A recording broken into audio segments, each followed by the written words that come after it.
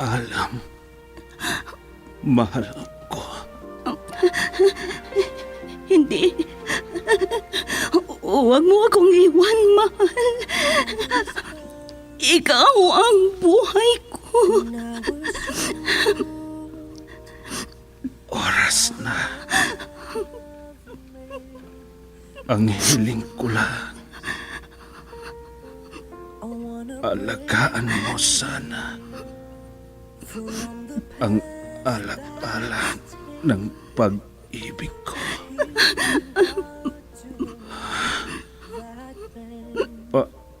Alam, mahal ko. Hindi. Hindi ka mamamatay. Hindi.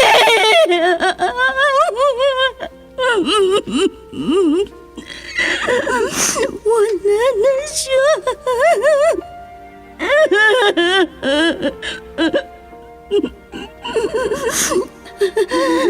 Baunin mo ang walang hanggang pag-ibig ko. Saan ka man naroroon, mahal ko.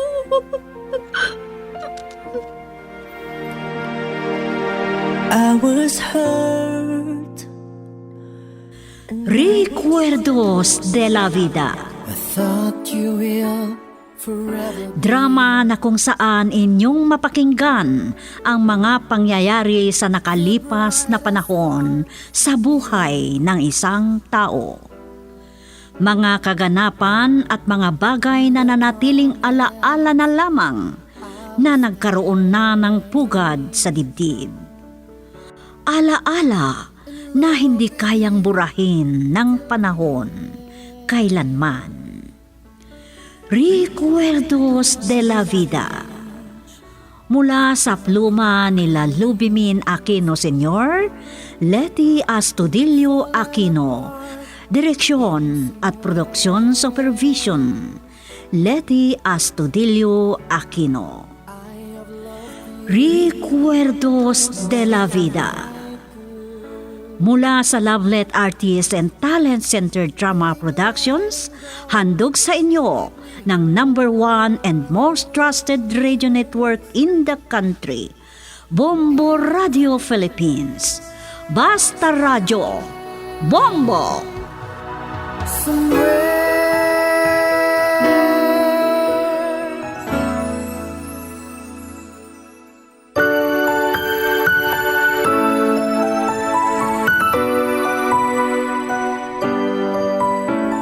Magandang araw sa inyong lahat, masugid naming tagapakinig. Narito kami ulit para magbigay aliw sa inyong lahat at kami nagpapasalamat sa pagtangkilik ninyo sa mga drama mula sa Lovelet Artist and Talent Center Drama Productions na napapakinggan sa station ng Bombo Radio at sa Facebook Live at YouTube. Lalong-lalo na itong Recuerdos de la Vida.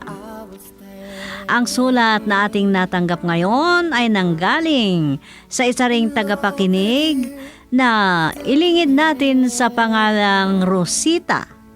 At ganito ang nilalaman ng sulat ni Rosita.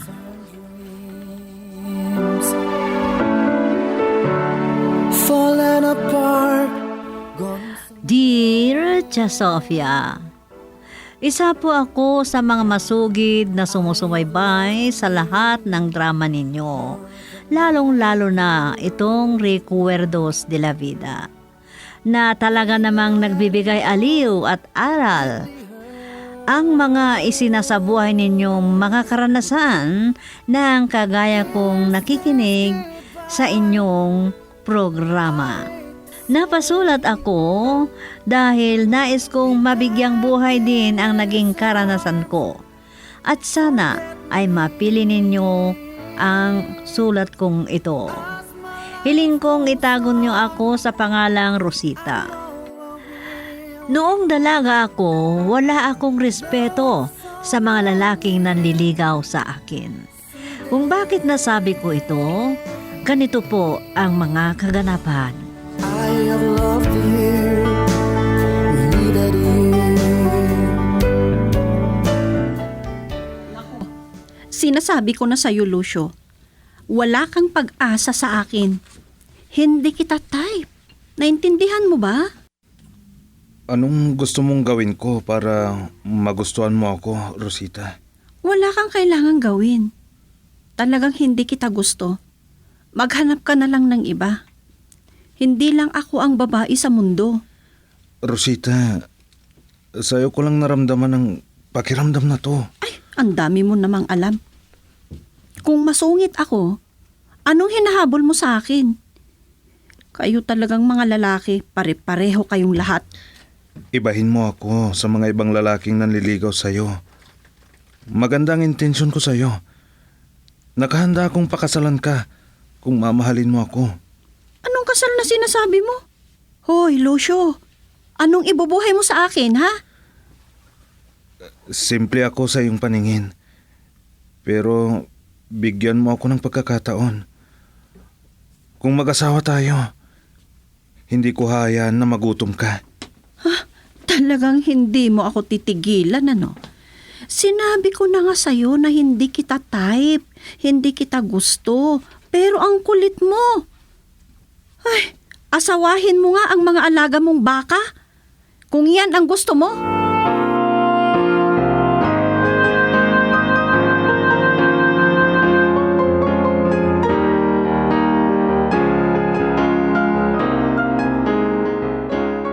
Hindi maganda ang pananalita mo kay Lucio. Anong sinabi mo? Asawahin niya yung mga alaga niyang baka? Bakit mo sinasabing ganon? Alam ko naman kasi kung anong gusto niya sa akin, inay. Magkakapareho lahat ang mga lalaki. Ay, mabait at masipag si Lucio. Kahit hindi siya nakapagtapos ng pag-aaral. Masipag magsaka at mag-alaga ng mga hayop. Maliban sa mga alaga niyang baka at baboy, marami pa siyang alagang kambing, manok at pato. Marami rin siyang alagang aso at pusa, inay. Ay, Pati nga daga, meron siya eh. naku. Ay, binabastos mo ako. Hindi maganda ang pananalita mong ganyan sa akin. Ay, naku inay, kung gusto ninyong mag-asawa, kayo na lang ang makipag-asawa sa kanya. Ano?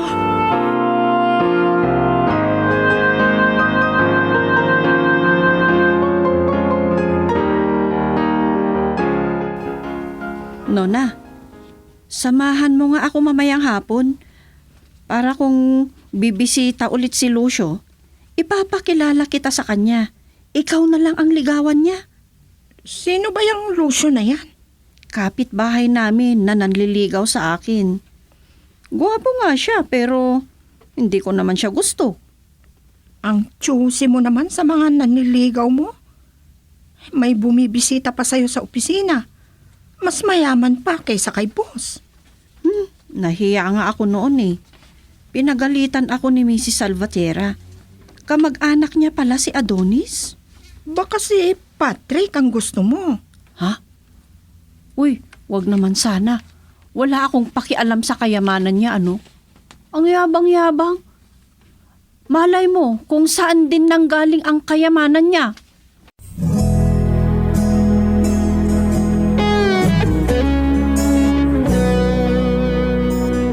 Rosita, pinapahirapan mo lang ang sarili mong naghihintay ng masakyan mo. Sakay na. Kabibili ko lang to. Mahigit 1 milyon ang bayad neto. Ang yabang-yabang talaga ng taong ito. Sobrang pinagmamalaki niya sa sarili niya. Sakay na. At magmerienda tayo. Ay, ayaw ko. Hindi ako nagugutom. Kung Alam ko kung saan mo ako dadalhin. Kung magkakagustuhan tayo, walang mali dyan. Kahit pakasalan na kita bukas. Ang bastos talaga. Ay, kung hindi ako makapagpigil, sasampalin ko itong lalaking ito. Sakay na. Ulan na oh. Oo nga no. Ay, oo nga. Uulan na. Oo. Mababasa na ako. Oh, payungan pa kita. Oo, buti na lang. Kumuha ako ng payong. Tignan mo naman. Napaka-sweet ko sa'yo.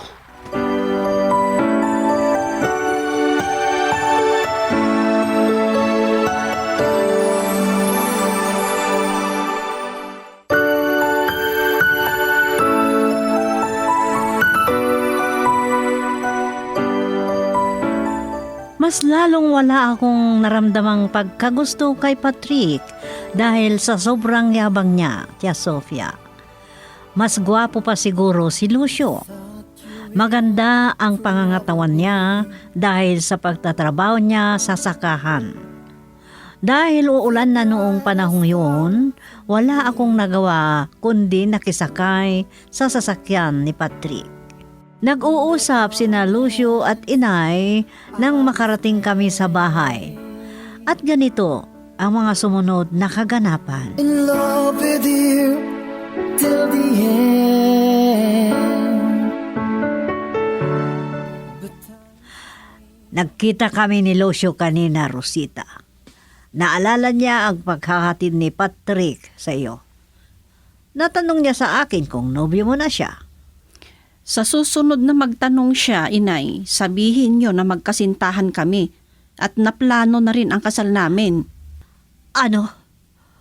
Totoo ba na magkasintahan na kayo ng lalaking yon? Dahil ba mayaman siya? Pero mayabang! Naku, kahit mayaman siya, wala akong pakialam sa kayamanan niya, Inay. Nasabi ko lang yon para tigilan ako ni Lucio. Totoo ang napansin ninyo kay Patrick. Ang yabang niya. Talagang wala akong gusto sa kanya. Huwag mo sanang susungitan. Dahil baka magkaisip ng masama. Ay, iyan ang ayaw ko, Inay. Iyan ang huwag nilang susubukan. Sasampalin ko sila. At kahit kailanman ay hindi sila makakalapit sa akin. At hindi na rin mauulit ang pakikisakay ko sa kotse niya. Basta lagi mong tandaan ang sinasabi ko sa iyo, anak. Maging magalang ka sa mga taong nakikipag-usap sa iyo. Lalong-lalo na sa mga nanliligaw sa iyo. Ay, alam nyo, Inay, kung magpapakita sila ng hindi maganda, iisipin na nila na gusto mo sila.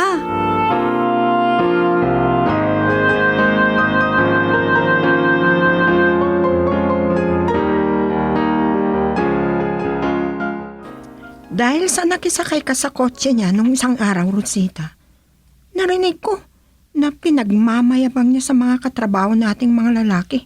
Nag-girlfriend ka niya. Talagang ambisyoso ang lalaking yan. Kung hindi sana umulan, hindi sana ako nakisakay. Ang ulan, ang sinisisi mo? Ikaw naman kasi. Kahit ako na kaibigan mo, dinadamay mo pa? Kung hinintay mo sana ako noon. Pasensya ka na. Nagmamadali akong umuwi noon. May mahalaga kasi akong lakad. Ganyan ka naman talaga. May limitasyon sa'yo ang pagkakaibigan natin. Kung sana kasama kita noon, kahit napilitan akong nakisakay sa kanya, hindi siya magiging mayabang na sasabihing nobya niya ako. Paano kung ikukwento niya na sumama ako na manood ng sine? Hindi parang chaperone na ako noon. Iba talaga ang lalaking yun. Ay, samahan mo nga ako mamayang hapon. Nagluto si Inay ng ginataang malagkit. Talaga? Sasama ako mamayang hapon. Kahit manirahan pa ako sa inyong bahay.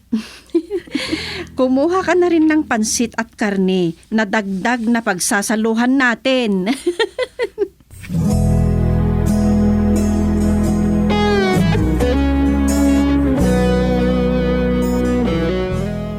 Andito na sina Rosita, Tita Shoning. May kasama siyang magandang dalaga na bumaba sa tricycle. Kuya Bubong, ito na ang pamasahe namin, no? Pamasahe namin ng kasama kong magandang dalaga. Sa'yo na ang sukli. Titira na siya sa bahay, kaya pwede mo na siyang bisitahin. Kayo na ang mag-usap kay Lucio. Ikaw talaga, Rosita. Maganda yata ang pag-uusap niyo kay Nanay Lucio. Si Nona, kaibigan ko. Sige. Pumasok na tayo sa loob at kakain na tayo ng ginataan. Rosita, anong pinagsasabi mo, ha? Sumama ako dahil dyan sa kakanin, Rosita. Ang sarap kasi ng kakanin. Tita Shoning, alis na ako. Hindi na ako magtatagal.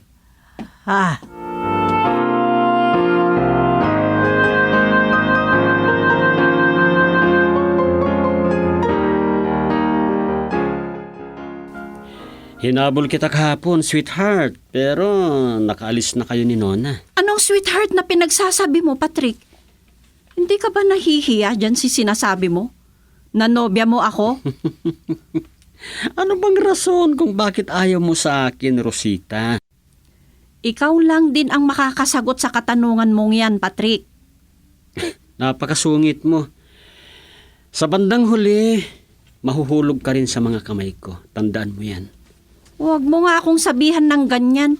Kung may masama kang plano para sa akin, hindi ka magtatagumpay. Kung gusto mo, di ihahatid kita mamayang hapon. Ay, ayaw ko. Inikwento mo pa na isinama mo ako na nanood ng sine. Baka sa susunod, mas sobra na ang kwentong ipinagsasabi mo. Ulitin ko, Rosita, ha? Hindi mo ko maiiwasan. Yan ang lagi mong tandaan.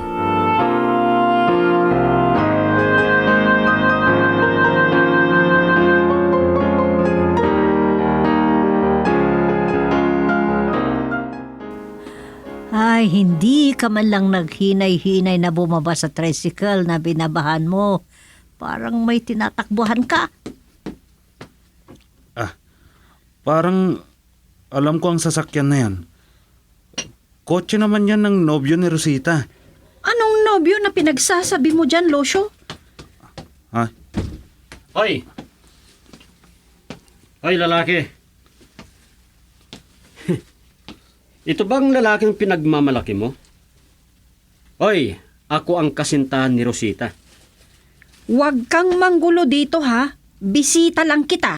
Ay, kumalma ka sana. Hindi nobyo ni Rosita si Lucio. Kagaya mo rin siya na nanliligaw pa. Hoy, Pogi. Binabalaan kita, ha? Tigilan mo na si Rosita. At malapit na kaming ikasal. Papakasal na daw kami. Tita Shoning, hindi na ako magtatagal. Iwan ko po muna kayo. Patrick, may sinabi lang ako kay Tita Shoning. Loko. Takot ka din naman pala.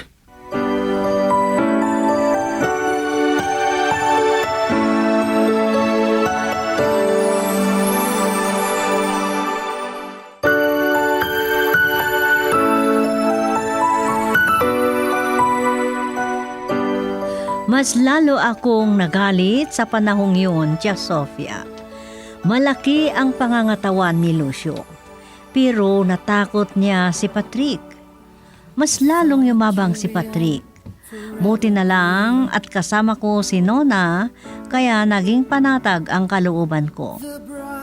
Isang araw, nakwento niya na binisita siya ni Lucio. May naramdaman akong galit at pagselos. At ito po ang mga sumunod na kaganapan. In love with you till the end. Kaya nga pinakilala kita kay Losyo para ikaw na lang ang mahalin niya. Oh, kailan ba ang kasal? Anong kasalang pinagsasabi mo? Nagsiselos ka ata, Rosita. Oy, hindi ha. Anong nagsiselos ka dyan? Sa'yo lang si Losyo. Kaya kanyang buhayin ng lalaking iyan. Lalo na't masipag siyang magtrabaho sa sakahan at mag-alaga ng mga hayop. Naalala ko pala si Patrick, Rosita.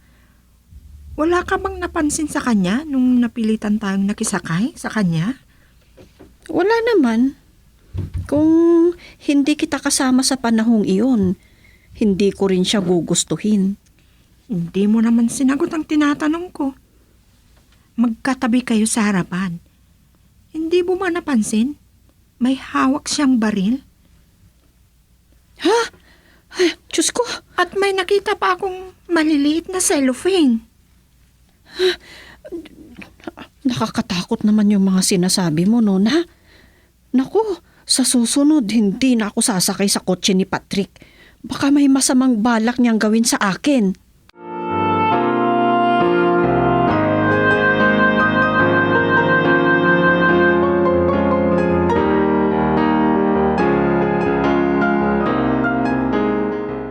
Tingnan mo naman. magsasaka at nag-aalaga ka lang ng mga hayop, nakabili ka ng bagong sasakyan. Bago lang po ang pintura niya, Tita Sioning. Oh, sobra kang mapakumbaba. Pero, ay, mahigit 500,000 yata ang bayad niya na. Losyo, makikisakay nga kami ni Nona dyan sa sasakyan mo. Sige. Walang masama. Pero baka magalit si Patrick kapag nakita niya. Ay, huwag mo nga ipaalala sa akin ang lalaking iyon. Nakwento siguro ni Rosita sa inyo. Kapitbahay pala namin ang nakabili sa ilang bahagi ng pinagtatrabahuan ko. Bakit hindi ikaw na lang sana ang bumili, Lucio? Wala po akong pambili, tita. May pambili ka ng sasakyan pero wala kang pambili ng sakahan. Baliktad ata ang pag-iisip mo. Ay, mayroon atang nadisgrasya. Ha?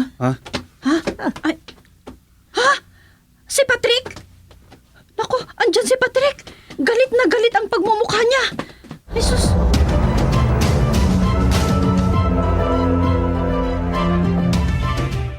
Ay, wag!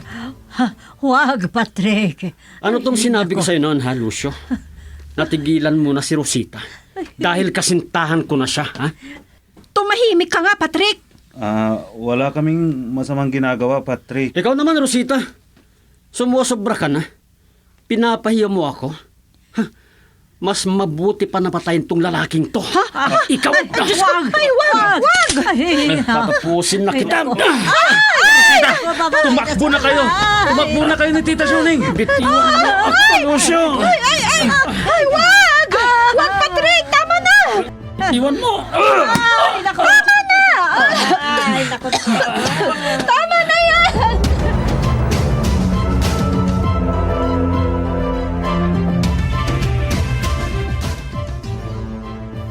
Ay, mabutit na agaw mo ang baril ni Patrick. Ay, baka kung ano na ang nangyari sa aming mag-ina. Mahina naman pala. Isang beses ko lang sinuntok. Humandusay na siya. Mayabang siya dahil may baril siya. Lucio, salamat sa'yo ha. Kung hindi dahil sa'yo, malamang nakalabit ni Patrick ang baril niya. Nakulong na si Patrick. Wala palang lisensya ang kanyang baril. At gumagamit pa ng ipinagbabawal na gamot. Ay, naku, mabuti at hindi mo siya pinatulan, Rosita. Ay, talaga namang ayaw ko sa kanya, inay. Maalala ko noon na muntikan niya akong bastusin. Mabuti at hindi siya nagtagumpay sa mga masama niyang balak. Inilayo ka ng Panginoon sa masamang hangarin ni Patrick, Rosita. Lucio, nahihiya na tuloy ako sa'yo. Sana mapatawad mo ako.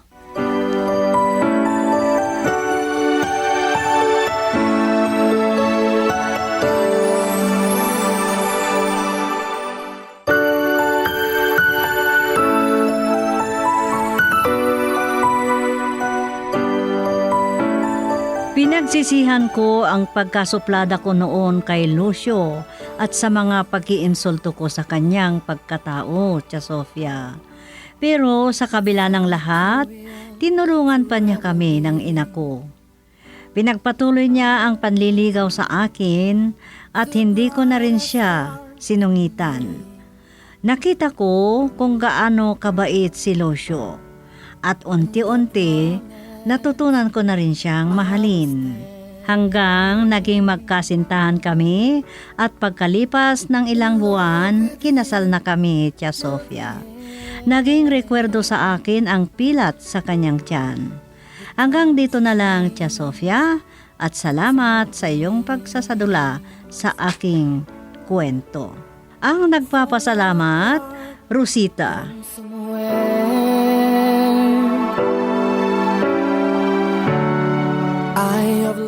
Salamat naman sa iyong paglahok sa ating dula. Mga kaibigan, dyan na nagtatapos ang naisadulang kwento sa buhay ni Rosita. Dito sa ating dula, Recuerdos de la Vida. Ang sulat ni Rosita ay sinaayos para sa script ni Delphine Dumayas at sa direksyon Leti Astudillo Aquino. Hinahandog sa inyo ng number 1 and most trusted radio network in the country, Bombo Radio Philippines. Basta Radio Bombo! Love someone new.